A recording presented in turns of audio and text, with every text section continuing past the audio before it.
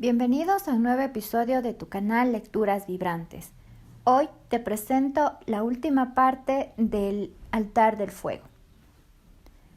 Llegará el momento en que no soportaremos más hacer un solo juicio y algo extraordinario aparecerá. En todos los casos, esto significa perder el juicio. En muchos sentidos, siempre habrá una parte nuestra que se resiste a perder. Esto será así hasta encontrar el siguiente peldaño. Otra lógica superior a la lógica dominante, perder la razón, es ganar la paz. Hasta dar el salto, corremos el riesgo de quedarnos atascados y empeorar la situación hasta límites inimaginables. Ciertamente, cuando estamos abrumados con tantos pensamientos de injusticia, nuestra mente no para de roer y roer el mismo hueso. Nos cuesta muchísimo abandonar las heridas y las traiciones, pues muchas veces éstas ya forman parte de nuestra identidad, llegando a pensar que no somos nada sin nuestra tragedia, sin desestimar todas las dolorosas formas con las que la vida se manifiesta. Debemos hacer un esfuerzo para ver el otro lado, la posibilidad de cambiar un patrón mental sumamente duro y rígido, que nos esclaviza hasta casi enloquecer. Todos sabemos que es muy fácil ser bueno en el paraíso, protegidos en un templo o un convento, y que la realidad recién se va a hacer visible en las calles, donde uno se pone a prueba. Por eso es muy importante participar en la vida pública y hasta política, en la que las ofensas, calumnias y malos pagos son cosas cotidianas. Son las escuelas más eficientes para trascender nuestra mente reaccionaria. También hay que mencionar la relación entre juicio negativo y ego. Generalmente, un ego inconsciente y en plena ascensión no escatima oportunidades para juzgar y desmerecer a todos y a todo. Una vez que entendemos este ridículo juego, ya no es tan placentero. Buscamos desprestigiar y humillar a los demás con el principal objetivo de aparentar ser mejor, aunque sea delante de nosotros mismos. Creemos que mientras más lodo lancemos a nuestro alrededor, más blanca y limpia se verá nuestra ropa. A todos nos ha tocado en algún momento la experiencia de estar cerca de esas personas que disfrutan hablando mal de otros y de todo. Hay gente que los aguanta 5 minutos, otros 1 minuto, otros ni eso. Esa gente nos roba energía y tiempo, además de dejar un mal sabor en nuestras emociones. Sé que hay situaciones difíciles que ameritan análisis y soluciones, a las que se llega con un buen juicio, aunque muchas veces volvemos al juego de nuestros patrones. El ego goza al hundir a los demás para intentar levantarse. Esta tragedia es poco inteligente. Si queremos trascender realmente los límites de la mente, los 3 primeros chakras, y llegar al corazón, no podemos hacer eso. Decíamos que en el corazón se experimenta la unidad. Por lo tanto, cualquier intento de menospreciar con la intención de dañar a quien más hace daño es a nosotros mismos. Es más que claro que cuando se pretende descalificar a los demás para gozar de mayor prestigio y admiración, estamos tratando de acrecentar nuestra fama y nuestro poder. Es decir, estamos atrapados en la energía del tercer chakra. Esto se hizo muy obvio leyendo hace muchos años un libro de un maestro muy famoso que se decía iluminado y que descalificaba a Buda y a Jesucristo en algunos aspectos. Es comprensible que cada maestro quiera vender su pan, pero es diferente decir, compra mi pan porque es bueno, que compra mi pan porque el del vecino es horrible. Vayan dándose cuenta qué complicado es esto del mal juicio, que hasta los iluminados a veces se les olvida. La pregunta clave en este momento es, ¿desde dónde digo qué? Es decir, ¿desde qué lugar psicológico me atrevo a juzgar qué? ¿Parado sobre qué pensamientos y emociones me atrevo a opinar? ¿Qué tanto recordamos la enseñanza que cada ser habla por su herida? Algunas personas solo le bastará oír su voz altisonante y lograr con algún ingenioso juego de palabras impresionar a su auditorio y sentir placer a través de su ego. Para otros, el objetivo será tratar de ser justo, es decir, que su razonable argumento sea aceptado. Para quien tiene una mirada un poco más profunda y va por la senda del autoconocimiento, quizá lo importante será reconocer la verdadera motivación del juicio. Si es una crítica sin más patrón mental de juzgar, o si está destinada a mejorar nuestra imagen, nuestra posición, o no es más que un pequeño juicio malévolo. Esas mínimas gotas de veneno que vamos soltando como queriendo aliviar nuestro dolor. Durante la etapa en la que se desarrolla nuestro intelecto, casi todo el sufrimiento proviene del mal uso del juicio. Si pudiéramos desprogramar nuestros juicios y separarlos de las tóxicas emociones negativas, podríamos vivir más felices y ciertamente se podrían evitar muchas enfermedades y otras se curarían.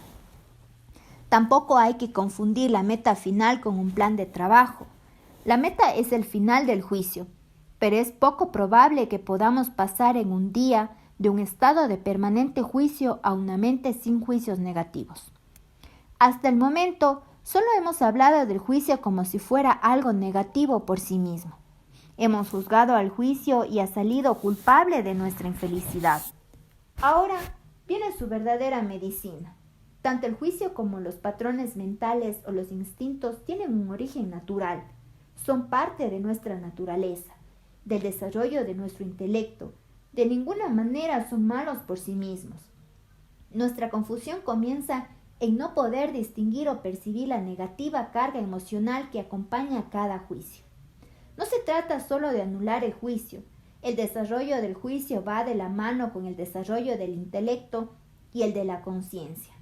Cuando despierto en un día en el que tengo 1000 cosas que hacer y veo que amaneció lloviendo, no es lo mismo decir con una sonrisita, llueve, que exclamar, maldita lluvia, hoy tenía tanto que hacer y ahora ya no podré hacer nada. Todo el aderezo emocional con el que cada uno sazona su vida es responsabilidad de cada ser. Enfrentamos cientos de situaciones durante el día en las que la vida nos demanda hacer juicios. Incluso si recordamos que el desarrollo de la conciencia viene junto con asumir cada día más responsabilidades. Estas responsabilidades estarán basadas en juicios e implicarán cada día más y más juicios. Por eso reitero, el problema no está en el juzgar, sino en no tener conciencia sobre nuestras emociones. Esta herramienta de los 4 altares nos enseña que el desarrollo de la conciencia pasa por hacernos responsables de nuestras emociones. Se trata de por lo menos intentar no permitir que las fuerzas involutivas destrocen el planeta y nuestra especie. Y a la vez, hacerlo desde una exposición de amor y compasión hacia las personas que no la están viendo. Existe una diametral diferencia entre trabajar desde el amor que en luchar desde el odio y las malas emociones. He escuchado a mucha gente que repite eso de no juzgar y se siente muy evolucionada a través de esa actitud sin entender el proceso completo. La enseñanza de la simultaneidad nos muestra cómo en algunos momentos todos somos iguales. Más que otros, el eje vertical de la cruz se manifiesta mostrando el orden natural basado en la conciencia. Esto puede resultar muy incómodo para los adolescentes, amantes del caos, pero es inevitable de que de vez en cuando la conciencia ponga un poco de orden. De esto se trata el final del mal juicio, para empezar con el buen juicio. El perdón. El perdón, tanto como el mal juicio, puede ser un tema en el que nos quedemos atorados por mucho tiempo antes de comprender su importancia. Fue una de las primeras lecciones que aprendí con las plantas sagradas y que me inspiró para producir mi primer documental sobre la ayahuasca, la medicina del perdón. Si bien podríamos escribir un libro entero, mirándolo teóricamente de todos sus ángulos, solo en la práctica podremos saber qué tanto lo hemos comprendido realmente. Cuando uno entra en el mundo de las medicinas, descubre que la vida no es milimétrica, no es una capa superficial sobre la que estamos parados haciendo innumerables juicios. La vida empieza a manifestarse con una asombrosa profundidad, realmente sin límites. Así va creciendo nuestra capacidad de percibir el amor y el dolor. Es un hecho que a todos nos ha pasado el encontrarnos con esta típica situación. Luego de estar seguros de haber perdonado, de haber soltado todo el resentimiento, en el momento menos pensado vuelve a aparecer. Esto se debe a que ciertas heridas existen en nuestro cuerpo emocional a una profundidad a la que no siempre tenemos acceso. No sirve decir de la boca para afuera te perdono. Primero tenemos que liberar esta emoción enferma que sigue viviendo en nuestras profundidades. Debemos viajar hasta la profundidad de donde es esta herida y desde ahí trata de comprender. Es decir, incluir en nuestro amor a aquella persona que nos causó el sufrimiento, abrazarla, abrazando su ignorancia, su sufrimiento y su inconsciencia. En ese momento ver que tenemos delante de nosotros la oportunidad de soltar o no soltar, de creer o esperar una vuelta más. ¿De qué tamaño es realmente nuestro querer? ¿Queremos o no queremos? Debemos usar todo lo aprendido en estas páginas para entender que solo trascendiendo la razón y esa necesidad oculta de justicia es que vamos a poder perdonar realmente y llegar al amor. ¿Cuánta energía se necesita verdaderamente para poder perdonar? De nuevo nos encontramos ante esta maravillosa paradoja de la vida. Mientras por un lado hemos crecido creyendo que la razón, el logos, es la máxima expresión del intelecto humano. Por otro, un intelecto que no ha trabajado sus emociones se vuelve una trampa mortal. Justamente la potencia y la intensidad de sus pensamientos y emociones son los que puede autodestruirlo. Puede desde autogenerarse graves enfermedades hasta causar mucho daño, pensando que al tener la razón todo puede estar justificado. El no perdonar oculta dos hechos de insospechada magnitud. El primero es que vivir resentidos le cierra la puerta a la alegría, que es la más grande medicina en nuestra vida. El segundo es que muchas veces no solo vivimos resentidos, sino odiando a las personas que nos han ofendido. Esto es un extremo tóxico y causante de problemas aún mayores. Por eso, no es solo poesía cuando cantamos, solo el amor puede curar. La parte más sutil de este proceso aparentemente lineal, a través del cual desarrollamos el primer, segundo y tercer altar, es que cuando la mente y específicamente el intelecto cree haber encontrado la razón en este desarrollo lineal ascendente, como decir, ya me aprendí el jueguito. La maravillosa inteligencia divina le enseña la última lección. La conciencia no se desarrolla mecánicamente y el reino del amor es solo para los humildes. Por lo tanto, ese ego hiperdesarrollado no puede seguir creciendo ni ascender con ese peso al siguiente nivel. Tiene forzosamente que bajar a revisar sus emociones, limpiar totalmente su cuerpo emocional y comprender esa magia casi inconcebible que transforma las bellas emociones en verdadero amor. La sombra de este altar, la soberbia. La evolución normal de este proceso, este circuito de 3 pasos que nos lleva a completar la evolución mecánica, construye una forma energética similar a una pirámide. Como una especie, tardamos casi 100.000 años en evolucionar nuestro cuerpo hasta este punto. Luego, algunos miles de años en desarrollar nuestras emociones y tan solo unos 5.000 años en perfeccionar nuestro intelecto. Todo este esfuerzo evolutivo de nuestra especie no solo culmina con el desarrollo parcial de nuestro intelecto, sino que todo este esfuerzo sería en vano si nuestra especie no llega a entender el diseño del plan divino. El toroide es la imagen perfecta para graficar el flujo de la energía universal. Es un diseño de la altísima tecnología que permite la transformación permanente de algo en su opuesto. La conciencia en inconsciencia y luego otra vez en conciencia. La energía en materia y luego otra vez en energía. Así funciona el universo. Sin embargo, hay un punto crítico en este diseño que no es arbitrario ni fruto de al azar. Es el paso de la evolución mecánica a la evolución consciente. Está marcado por un punto de transformación muy definido, justo en el centro, entre lo inconsciente que no puede llegar por su propia densidad a espacios de conciencia. El ego es en definitiva parte de esta evolución mecánica, inconsciente. No es que sea malo, simplemente no es su lugar, su vibración no lo permite.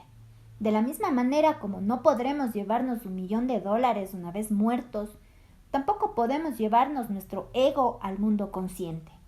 Esto es una ley en extremo lógica e inquebrantable.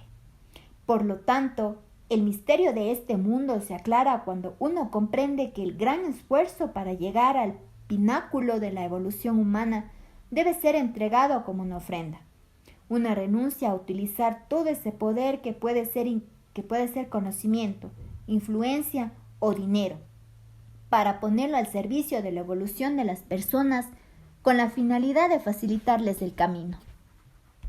Desde hace miles de años hay gente que lo entendió y lo consiguió hacer.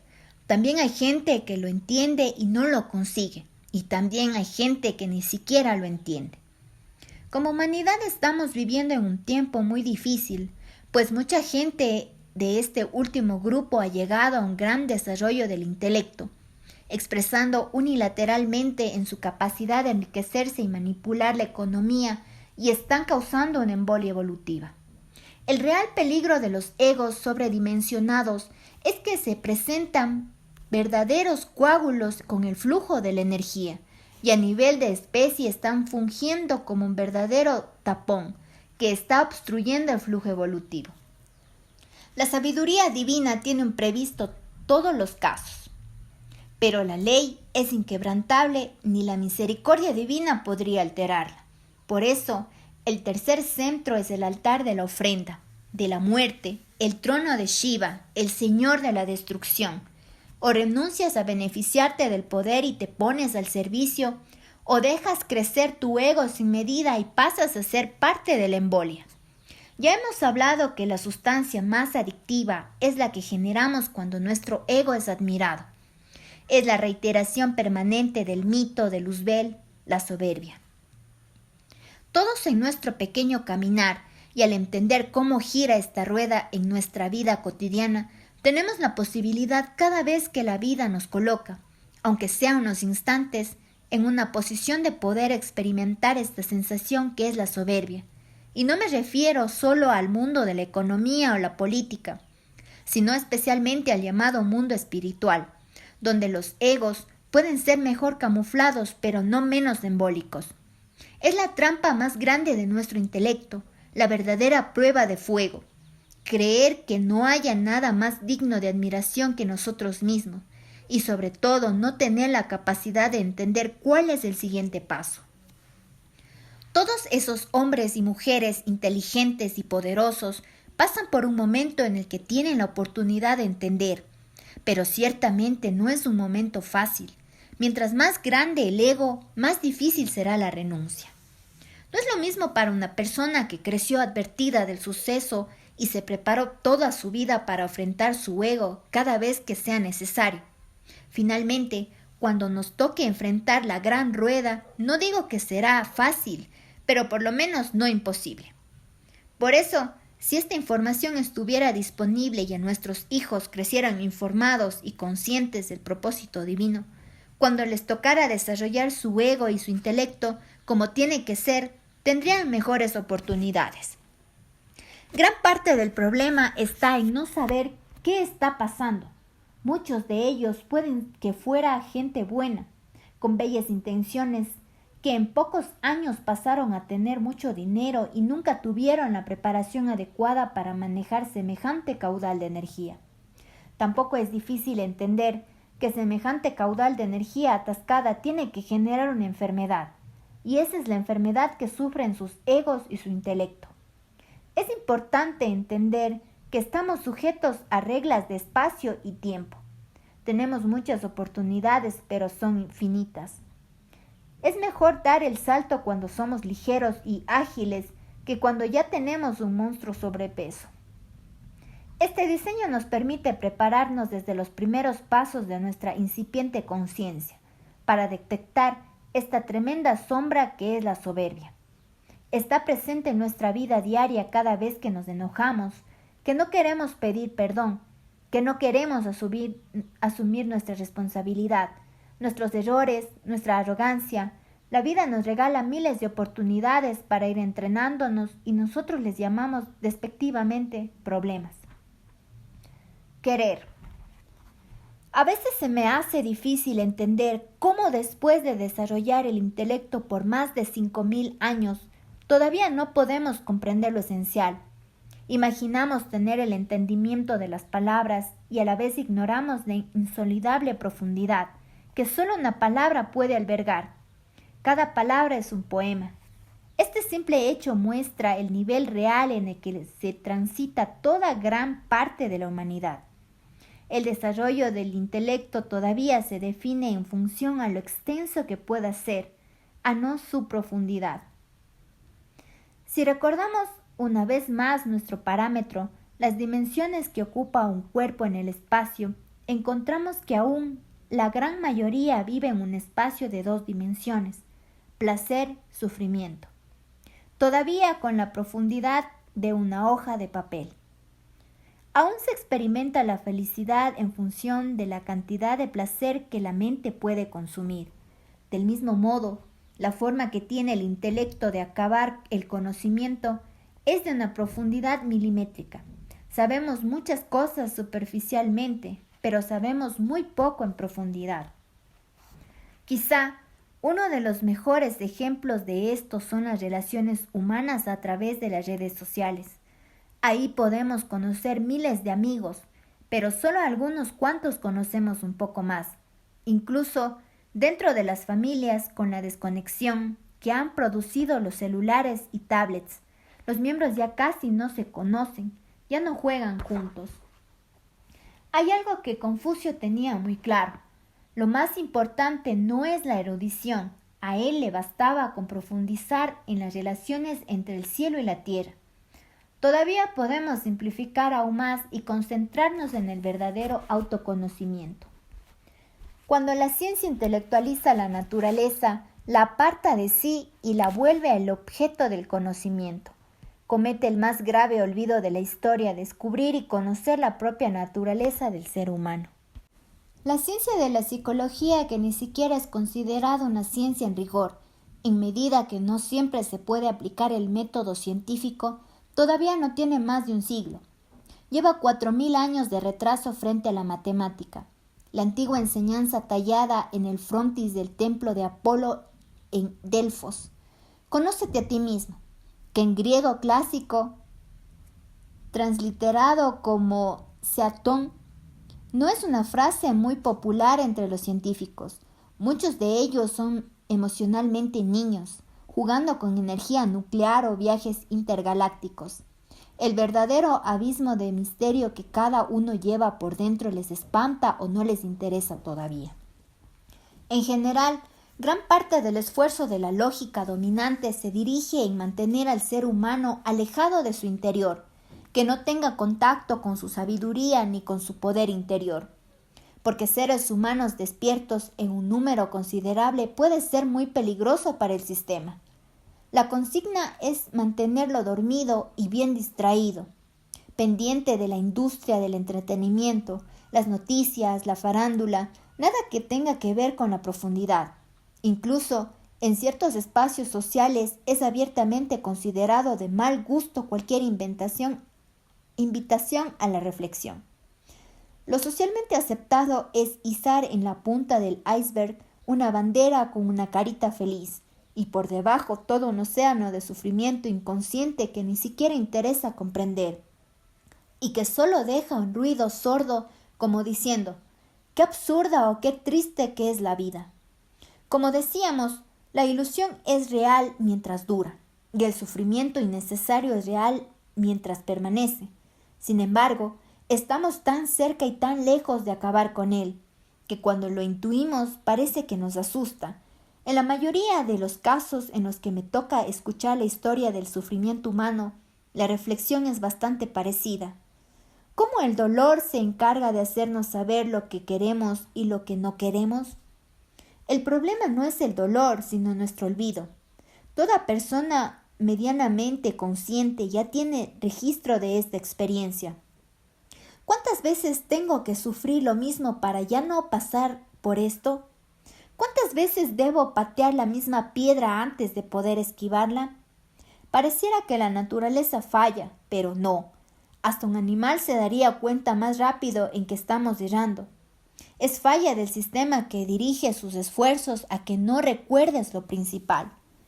Nadie se acuerda del olvido, o en positivo, nadie se acuerda de la memoria, de la conciencia, del recuerdo permanente que somos de esa conciencia.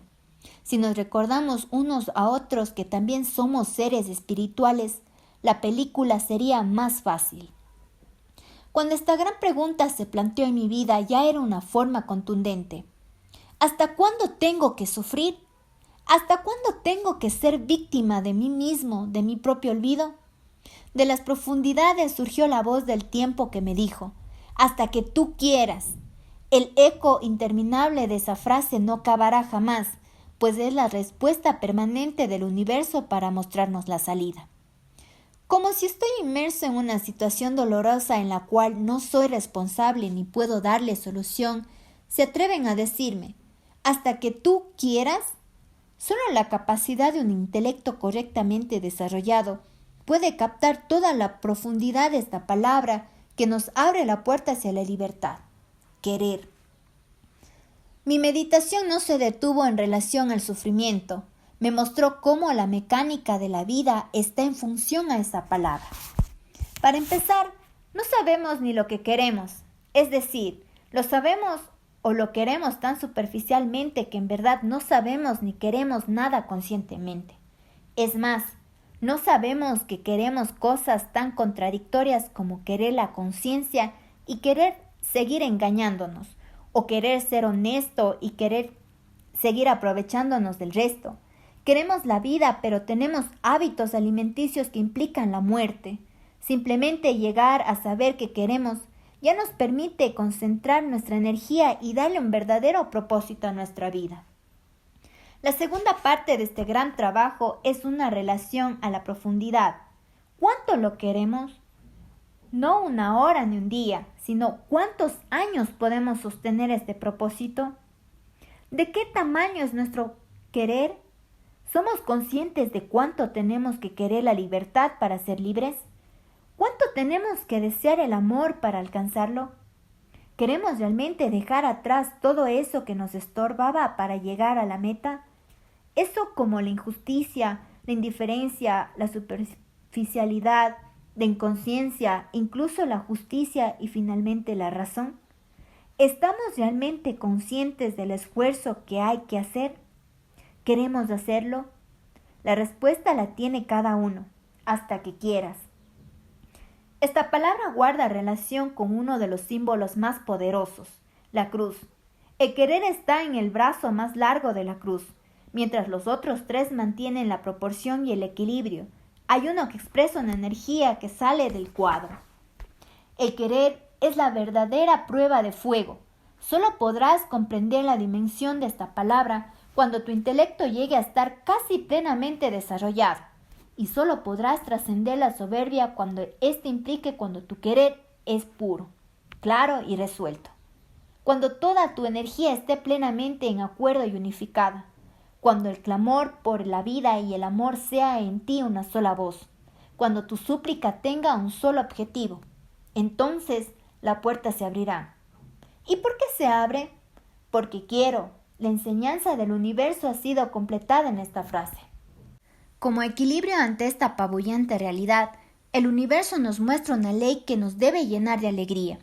Es un fractal de cómo en la naturaleza los procesos iniciales son extremadamente largos en comparación a los periodos medios, y estos infinitamente lentos en comparación con los periodos finales, es decir, hay evidencia de una aceleración geométrica que permite y favorece la evolución.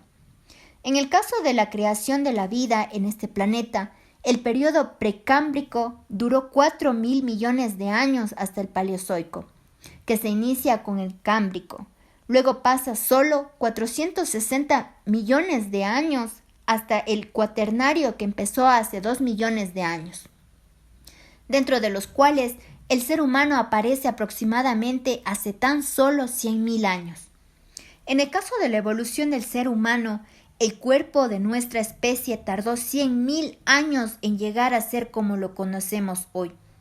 En unos 10.000 años evolucionaron. las emociones y finalmente solo en los últimos 3000 años ya algunos individuos disfrutan de un intelecto bastante desarrollado. Si comparamos el tiempo que tiene el universo con un año terrestre, el ser humano apareció en los últimos 5 minutos del 31 de diciembre. Espero que en el último segundo le llegue el amor. Lo mismo sucede con la evolución de nuestra conciencia. En los albores de esta ni siquiera está despierta la necesidad de cambiar algo. Luego, cuando ya hay conciencia de la necesidad de cambio, la frustración aparece mostrando qué difícil es lograr un pequeño cambio. Nos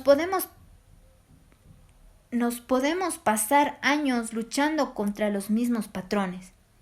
Quizá algo que no percibimos es que cada vez que ligeramente más fácil, cada vez con menos esfuerzo logro no hacer lo que no quiero. Cada pequeño paso que damos en dirección correcta nos ubica en mejor posición en relación a la siguiente prueba.